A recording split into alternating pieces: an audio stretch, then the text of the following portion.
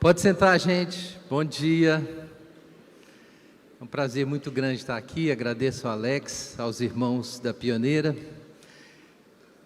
por poder participar e contribuir. Eu sou Guilherme de Carvalho, diretor de Labri Brasil, sou pastor também da Igreja Esperança, junto com o Igor Miguel, em Belo Horizonte.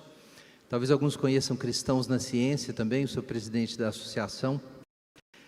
E meu tema nessa manhã é a fé na era secular. O Iago falou sobre a questão do coração, e eu vou falar muito sobre a questão da sociedade, esse outro lado da moeda. Gente, vamos começar lendo a Bíblia, Apocalipse, capítulo 21. Vamos ler aí dos versos 9 a 14 e depois dos versos 22 a 27. E eu quero que vocês tenham esses trechos na sua mente enquanto a gente explora o problema da sociedade secular contemporânea e como a igreja deve encarar isso. Apocalipse 21, versos 11 em diante.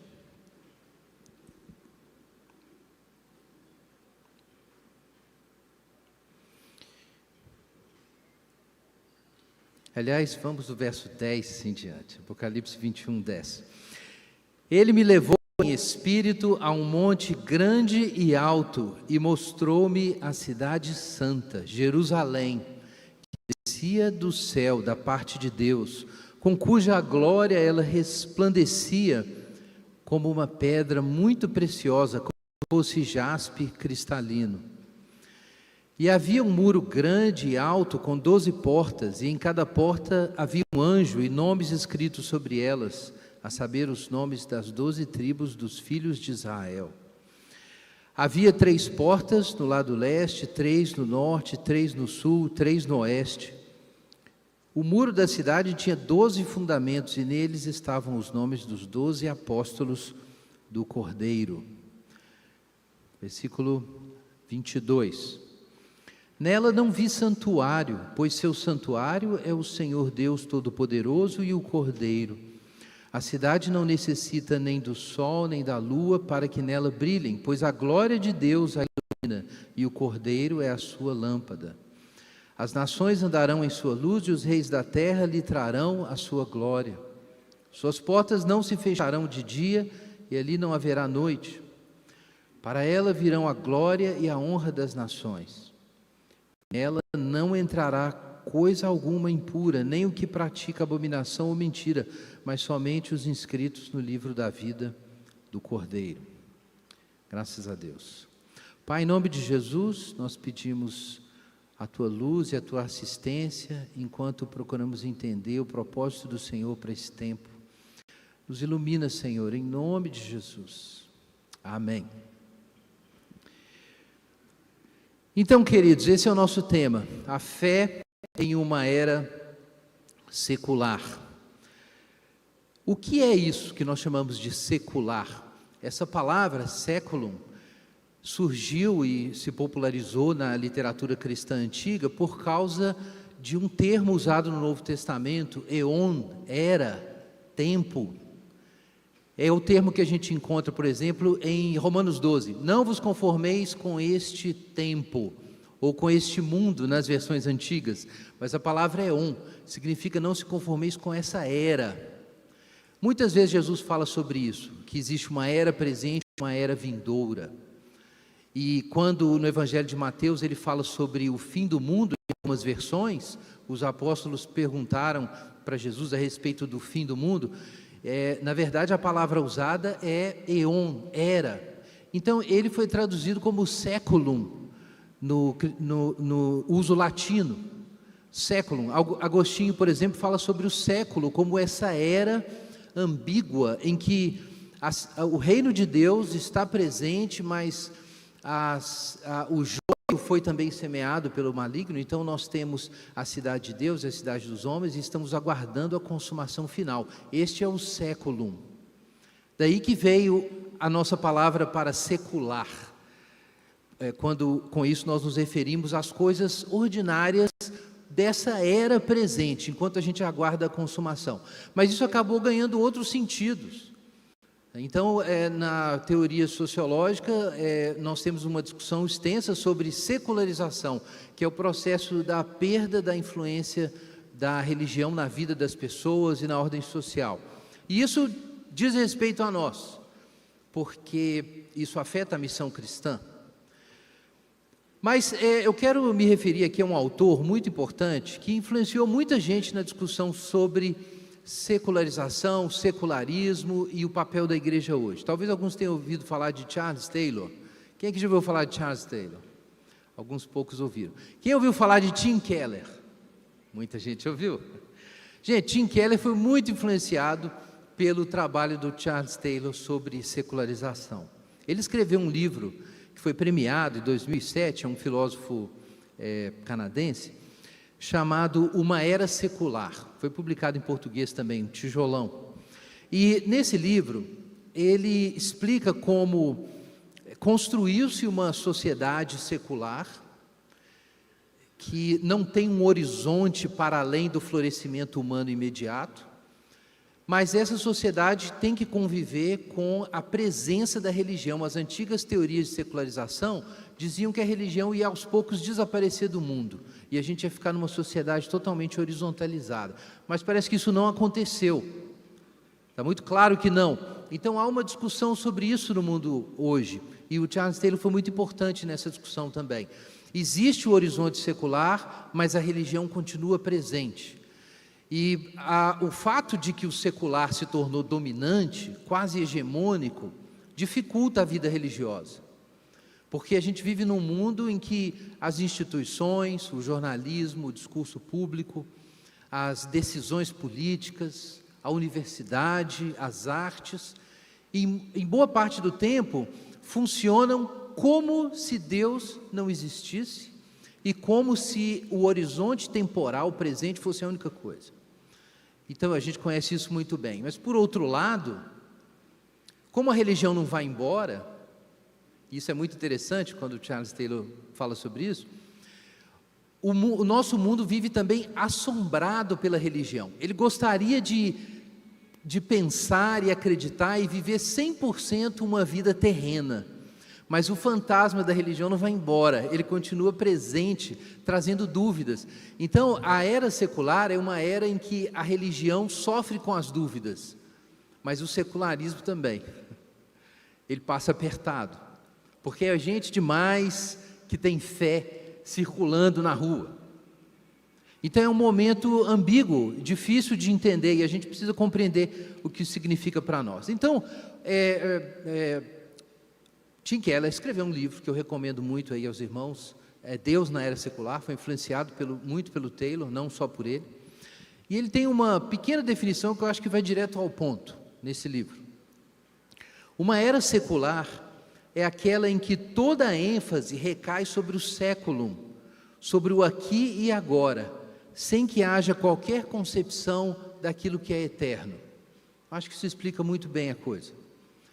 Uma visão cristã entende que existe o eterno para além do temporal, que a coisa não termina aqui nas nossas atividades ordinárias, comer, beber, dormir, sexo, guardar se planejar para o seu futuro, trabalho, profissão. Não é só isso, não é só florescimento humano, tem algo mais. Mas o secularismo quer acreditar que o objetivo final e máximo de tudo é o florescimento humano temporal, é a vida aqui mesmo. Então isso seria o secular. Como a gente chegou nesse mundo secular, gente? Vocês sabem que quando o evangelho foi anunciado no mundo, não existia o secular. John Milbank fala sobre isso quando ele escreve sobre teologia e teoria social. Houve um tempo que não havia o secular. Na época de Paulo, por exemplo, o mundo romano não era um mundo secular, não era um mundo cristão, não acreditava no Deus de Moisés e de Jesus, mas era um mundo extremamente religioso.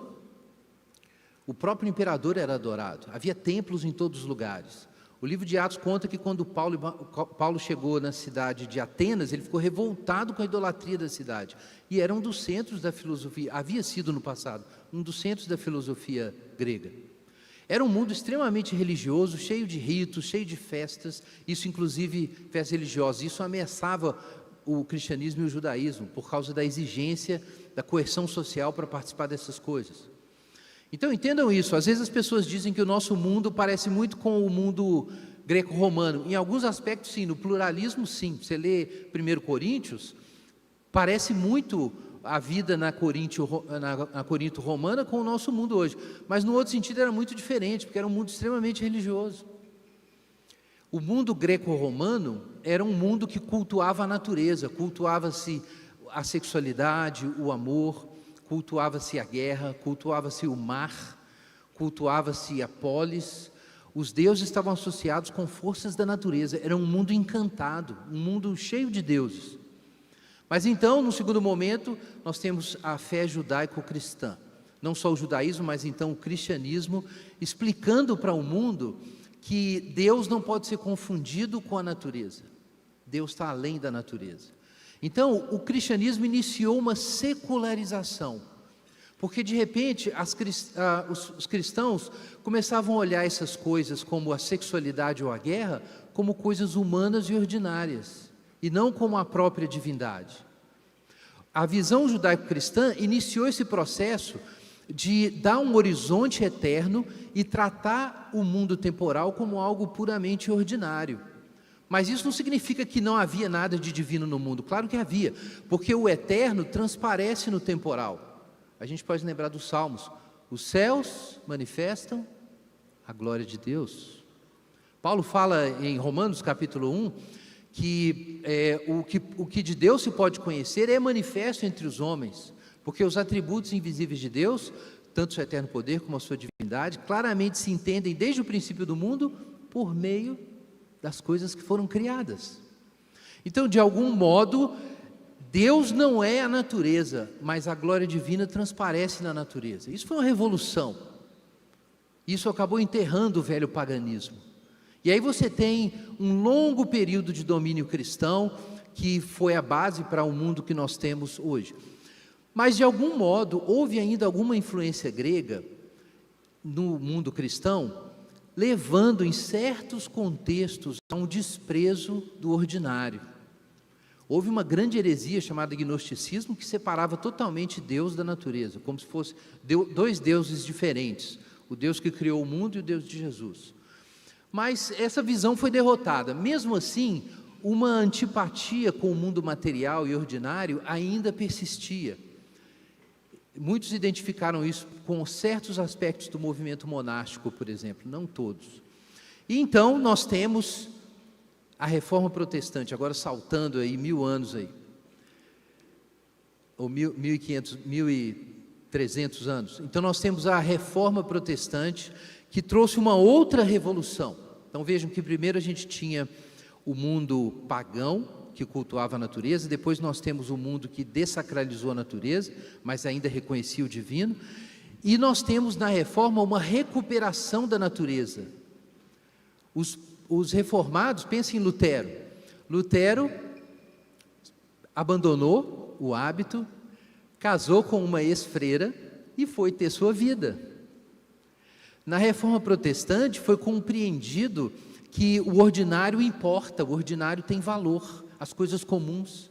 Lutero atribui-se a ele isso, a afirmação de que até o trabalho do sapateiro é tão digno quanto o trabalho, na verdade disse isso mesmo, tão digno quanto o trabalho de um pregador.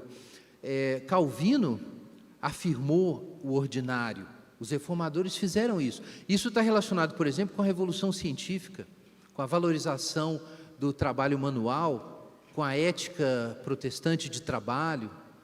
Então, isso é um fato. A Reforma Protestante trouxe uma afirmação, uma valorização das coisas ordinárias, mas isso não significa que elas eram separadas de Deus. Todas as coisas tinham que ser feitas para a glória de Deus. É assim que se compreendia na Reforma. Mas existe um debate muito grande, porque o fato é que, ao mesmo tempo que a Reforma estava acontecendo, um outro movimento filosófico, chamado epicurismo, vinha crescendo por conta do Renascimento. E o N.T. Wright escreveu um livro aí que eu recomendo muito, Escatologia e História, da Thomas Nelson, em que ele fala sobre o crescimento do epicurismo, que é uma visão de mundo que não era tão poderosa na antiguidade quanto ela se tornou na modernidade. Ela existia, mas não era dominante. Era uma visão de que os deuses não se importam conosco e o que importa é a vida terrena, material, temporal. E a felicidade tem que ser encontrada aqui. Essa era uma filosofia minoritária no mundo antigo, mas ela vinha se tornando, desde o Renascimento, cada vez mais importante. E ela se misturou com a ideia reformada de afirmar a ordem comum, o mundo comum, como um lugar em que a glória de Deus brilha e que nós devemos viver para a glória de Deus. E na medida que a fé em Deus vai sendo rejeitada por causa do crescimento do epicurismo, do racionalismo, o que sobra da influência cristã? A afirmação de que a vida presente é boa e uma visão secularizada de paraíso, de que nós vamos construir o nosso paraíso terreno. E assim, gente, surgiu o secular. É isso. O que é o secular? O secular não é só a gente ter uma afirmação das coisas terrenas. Os epicureus faziam isso há muito tempo. É a crença de que é possível construir um paraíso terrestre, não tem nada de sobrenatural, de céu, de Jerusalém, nada disso. Nós vamos construir um paraíso terrestre aqui, e é possível produzir felicidade para todos, se a gente tiver a tecnologia certa, a política correta, a sociedade vai avançar nessa direção e nós vamos construir um paraíso terrestre. Então assim, gente, surge o secular. Eu tinha que contar a história, porque esse secular é o contexto no qual nós estamos ministrando como igreja hoje. Agora veja o problemão que a gente tem. Viver como cristão no mundo greco-romano era viver num mundo em que a mensagem cristã era muito diferente da visão romana, da visão helenista. Viver o cristianismo no mundo hindu é viver uma fé muito diferente do seu contexto. Mas se o secular nasceu, em parte, assumindo elementos do cristianismo, olha o problema que nós temos. Viver o cristianismo numa era secular é viver o tempo inteiro competindo com uma versão do cristianismo, uma outra versão do cristianismo.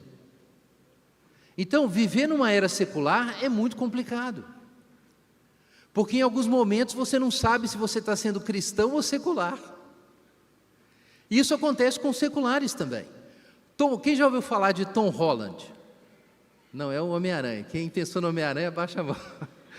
Tem um historiador britânico chamado Tom Holland, escreveu um livro recentemente chamado Dominion, foi traduzido em português, Domínio. É um grande historiador britânico. E depois de fazer história sobre Roma, sobre os persas e várias coisas, ele decidiu escrever sobre a história do Ocidente, e ele ficou chocado, porque ele era de berço cristão, mas perdeu a fé. Só que quando ele foi estudar como eram os antigos, ele foi percebendo que ele gostava cada vez menos do mundo pagão. Ele foi estudar Esparta, por exemplo, ele ficou muito horrorizado com o modo desumano como os espartanos tratavam as pessoas. E ele foi tentar entender por que ele se sentia mal. Os espartanos não sentiam mal, os romanos não tinham mal com o gládio, com o que eles faziam. Qual é o problema que ele tinha? E depois de estudar a história cristã, ele chegou à conclusão. Ele falou assim: eu não creio em Deus, mas eu sou cristão. Ele disse isso. Por que eu sou cristão? Porque todos os nossos valores de amor ao próximo, de ajudar o necessitado, de buscar a justiça no mundo, tudo isso veio do cristianismo. O respeito às mulheres, tudo veio do cristianismo. Então, primeiro ele escreveu um artigo, esqueci se foi The Statesman, onde ele escreveu, dizendo por que eu estava errado sobre o cristianismo. Depois escreveu esse tijolo aí. Ele até tem uma entrevista gravada com N.T. Wright no YouTube, se você encontra. E foi traduzido, está em português esse livro. Ele não é cristão, ele tem uma visão muito da Bíblia, mas no fim ele diz: nós somos todos cristãos.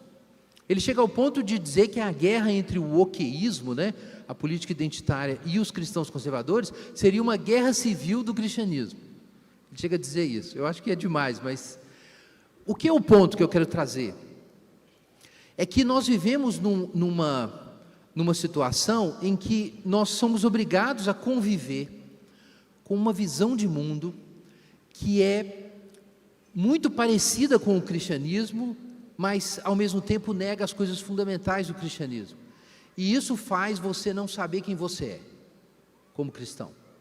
Mas isso também faz o não cristão não saber quem ele é. Essa confusão é um desafio, mas também é uma oportunidade.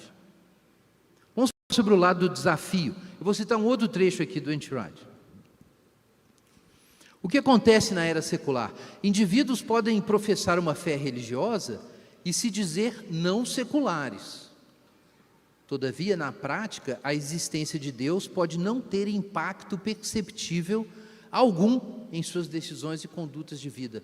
Esse é o problema do crente, por exemplo, que ele diz que é crente, mas não parece.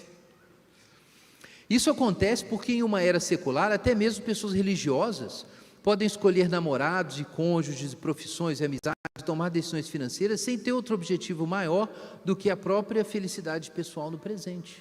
Ou seja, o horizonte só aqui, é o epicurismo. Sacrificar a paz e a riqueza pessoal em favor de causas transcendentes se torna algo raro, mesmo entre quem afirma crer em valores absolutos e na eternidade. É isso que o mesmo falou a respeito disso agora há pouco. Mesmo que você não seja uma pessoa secular, a era secular consegue esgarçar a fé, até ela ser vista como apenas mais uma opção de vida entre outras, ao lado de emprego, diversão, hobbies, política, não como uma estrutura abrangente que governa a sua vida toda, mas como um valor religioso agregado, a gente poderia dizer. E muita gente vive assim. Ok, isso é um lado da moeda, mas do outro lado da moeda a gente tem um Tom Holland, que vai dizer que a ética da misericórdia, buscar a justiça, andar humildemente com seu Deus, mesmo que Deus exista, isso é o que todos os seres humanos deveriam fazer, e aí eles se juntariam aos cristãos para fazer isso. Olha que confusão. Agora pensa no nosso país, vamos ser um pouco mais específicos. Saiu um artigo no dia 6, agora de junho, do Jornal da USP. Igrejas evangélicas apresentaram um crescimento vertiginoso nas últimas décadas. Tem uma forma diferente de estudar o crescimento religioso no Brasil, geralmente isso é feito via IBGE, mas um pesquisador chamado Vitor Araújo, da Universidade de Zurique e do Centro de Estudos da Metrópole da USP, resolveu usar dados da Receita Federal e outras fontes, e ele descobriu umas coisas impressionantes. Em 1960, havia cerca de 100 igrejas oficialmente registradas no Brasil, na Receita. Esse número cresceu para 60 mil em 2015. Em 2019, foram abertas 17 novas igrejas por dia no Brasil. A explosão do cristianismo no Brasil é uma coisa tão grande que, na opinião do Vitor, não tem paralelo. Mesmo em outros países, hoje, não tem paralelo. A Europa levou 500 anos para passar por uma transição religiosa parecida com a que está acontecendo no Brasil. Isso é o quê? O crescimento evangélico. Há discussões até da possibilidade dos evangélicos virarem maioria da população em breve. Agora vejam o outro lado da moeda. Dados do ano passado, saiu na BBC, no G1 e em outros lugares, o resultado de uma pesquisa do Datafolha, que o censo de 2020 foi adiado. Então o Datafolha, por causa da eleição, fez uma pesquisa sobre religião. O que eles levantaram? Vejam o crescimento dos sem religião. 0,5% em 1960, 1,6% em 1980, 4,8% em 91, 7,3% em 2000, 14% da população em 2022. Pessoas sem religião. O que são pessoas sem religião? Pessoas vivendo exatamente nesse meio aí, que não é uma coisa nem a outra. Não é nem cristão, nem secular. Que é esse bololô que eu estou tentando explicar. Ele está crescendo, gente. Agora vejam esse dado chocante. Jovens entre 16 e 24 anos. Atenção. Em São Paulo e Rio, pela primeira vez, o número de jovens entre 16 e 24 anos, que se declara sem religião, superou o número de evangélicos, de jovens evangélicos. Isso aconteceu agora. Vejam bem, em São Paulo, 30% dos jovens são sem religião, 27% são evangélicos e 24% católicos. No Rio de Janeiro, 34% dos jovens são sem religião, 32% evangélicos, 17% católicos. Então vejam, esse é o impacto da era secular. Ela cria um meio cinzento, que nem é cristão e nem não é. E ele vai crescendo. E isso está acontecendo nas grandes cidades.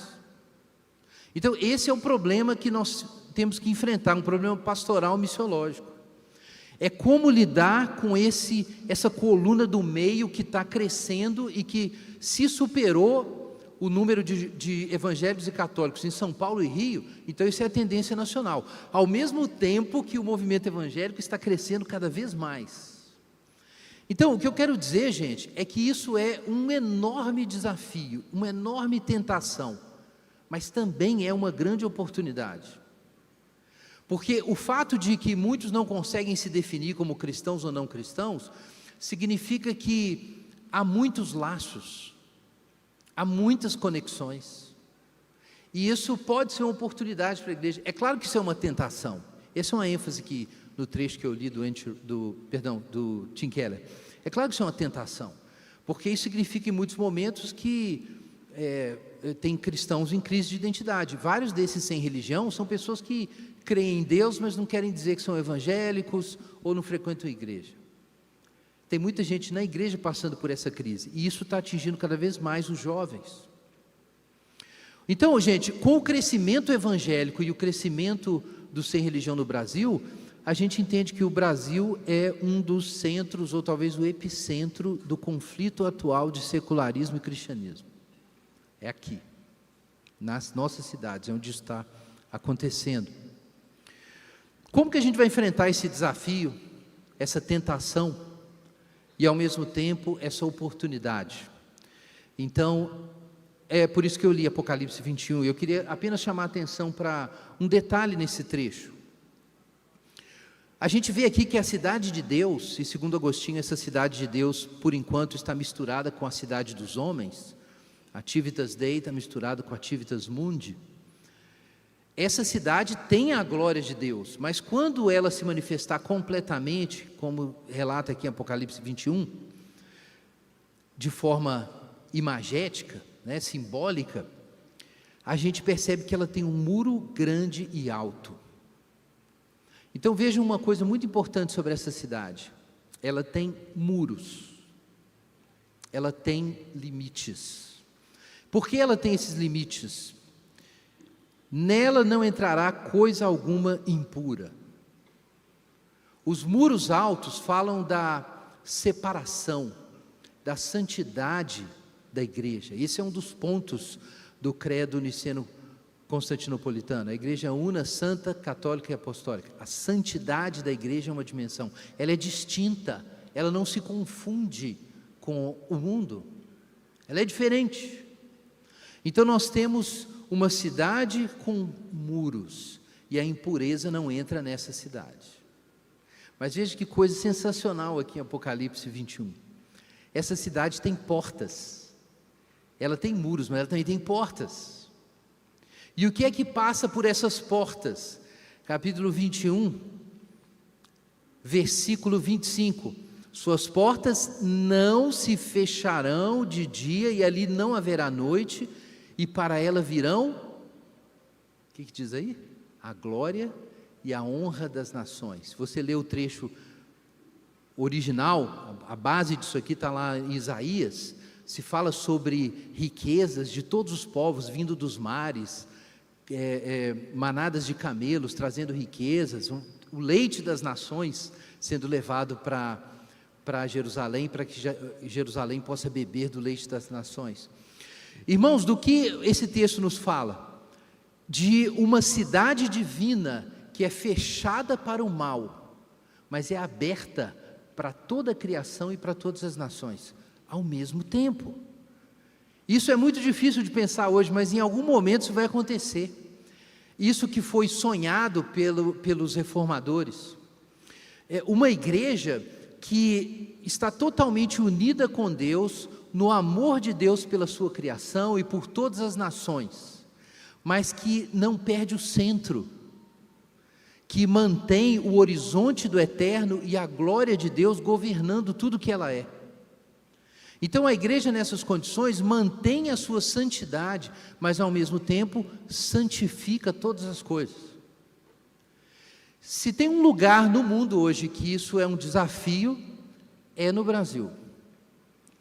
Isso é o nosso desafio para lidar com essa coluna do meio, essa grande bolha secular que está crescendo, na qual acontece exatamente a negação disso aqui.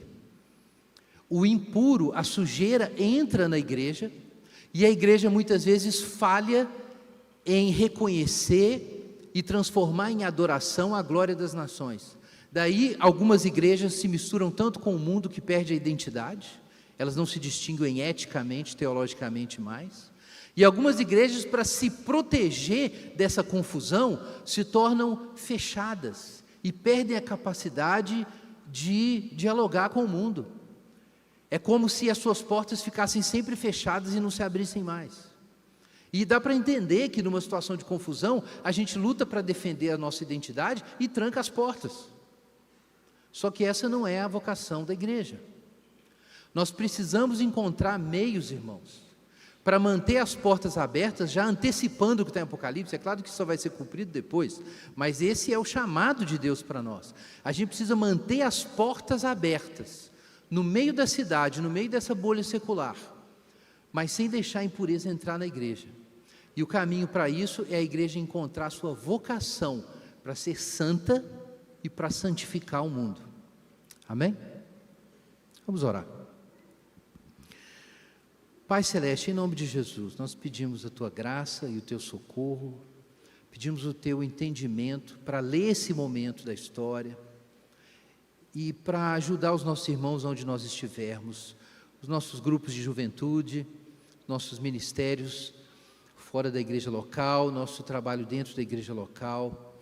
Nos ajuda, Senhor, a reconhecer a Tua glória, a viver a partir do eterno, mas no temporal, a não perder a prioridade do Senhor e não confundir a santificação com o florescimento humano, com a prosperidade, com a vida boa, com a relevância social. Nos ajuda, Senhor, a manter essa distinção, o Senhor em primeiro lugar, a fidelidade ao Senhor em primeiro lugar e depois a relevância. Mas nos ajuda, Senhor, a manter a santidade, o testemunho de santificação no meio dessa era secular. Em nome de Jesus nós oramos. Amém. Obrigado, gente.